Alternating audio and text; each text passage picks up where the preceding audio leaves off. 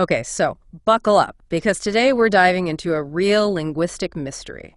The Albanian language. We've got a ton of cool stuff to go through, like, historical documents, language analyses, and by the end of this, you'll totally get why Albanian is in a league of its own. What gets me is how often languages can really flip our ideas on their head. Right. We tend to think they fit in these neat little boxes, like families, but Albanian's like, nope, not playing that game. Seriously, I knew a bit about Albanian before, but prepping for this deep dive, I realized I've barely scratched the surface. I mean, yeah, it's spoken in Albania and Kosovo, but then it pops up all over the Balkans, even Italy, Greece, and way beyond.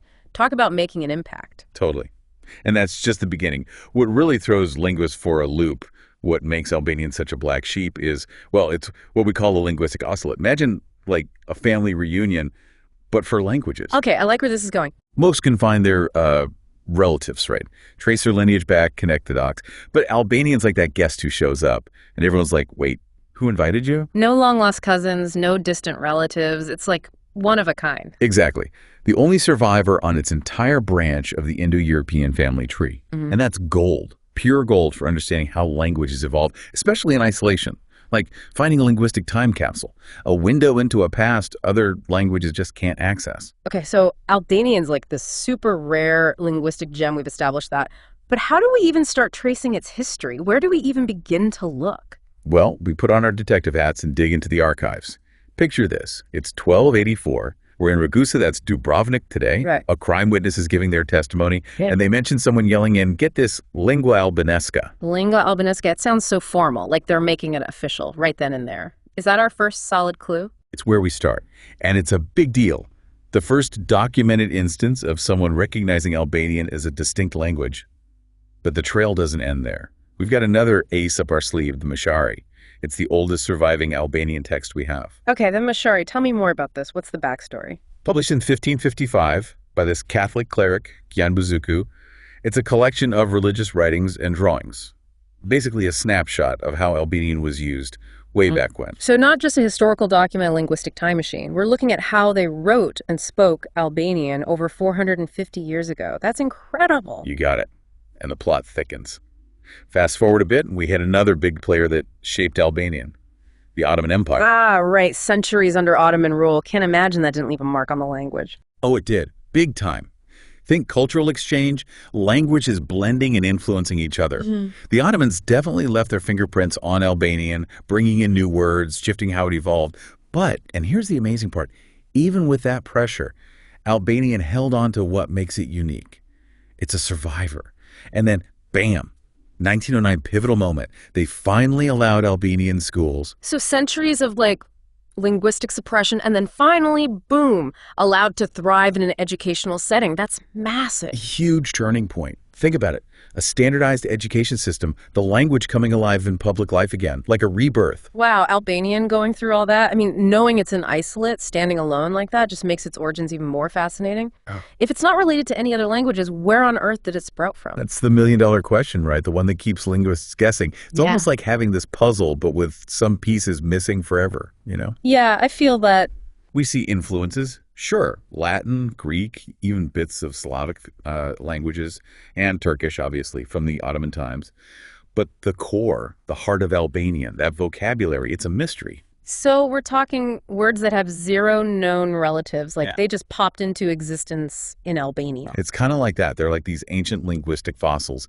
And one theory that's really got people talking is this idea of get this, pre-Indo-European substrate. Substrate. Okay, now you're just using fancy words. Break it down for me. Okay. So picture Europe way, way back, right?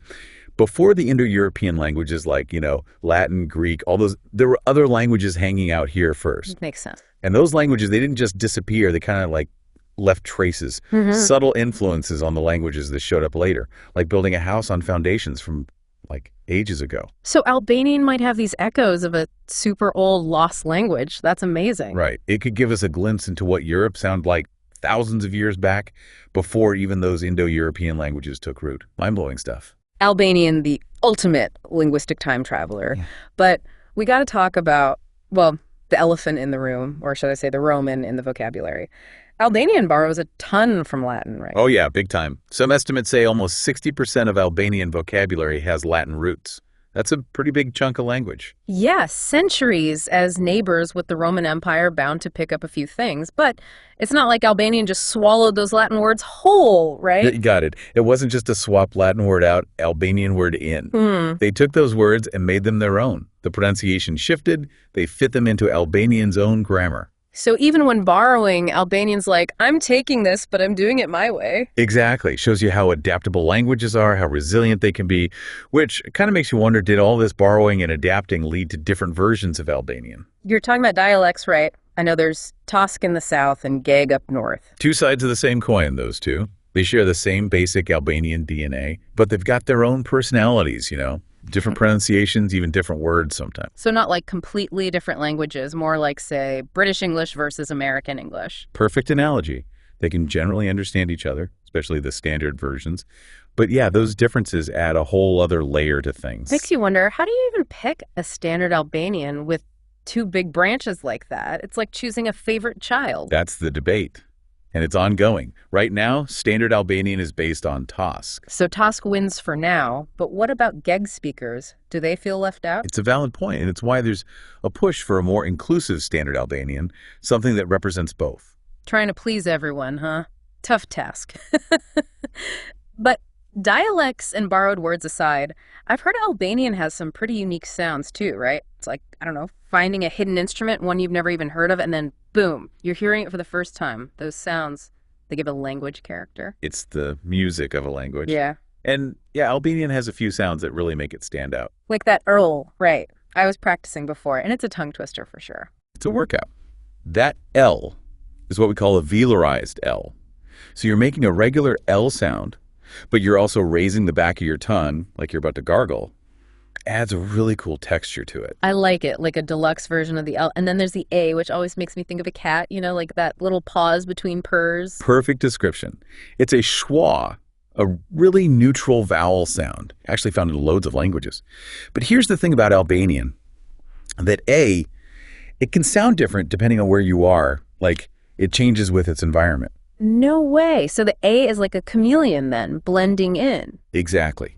Little shifts like that, they make Albanian even more interesting. Like, even within one language, there's a whole world of sound to explore. This whole deep dive has been amazing. Linguistic history, hidden connections, even secret sounds. Who knew there was so much to Albanian? And honestly, we've only scratched the surface. Think about the grammar, the stories, the literature, even the discussions happening right now about its future.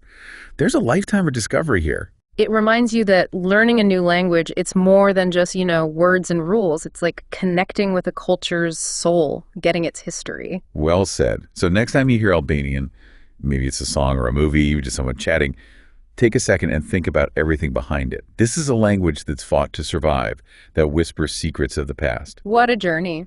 We'll leave you with this. If Albanian could tell its own story, what would it say? It's a language full of untold stories just waiting to be heard.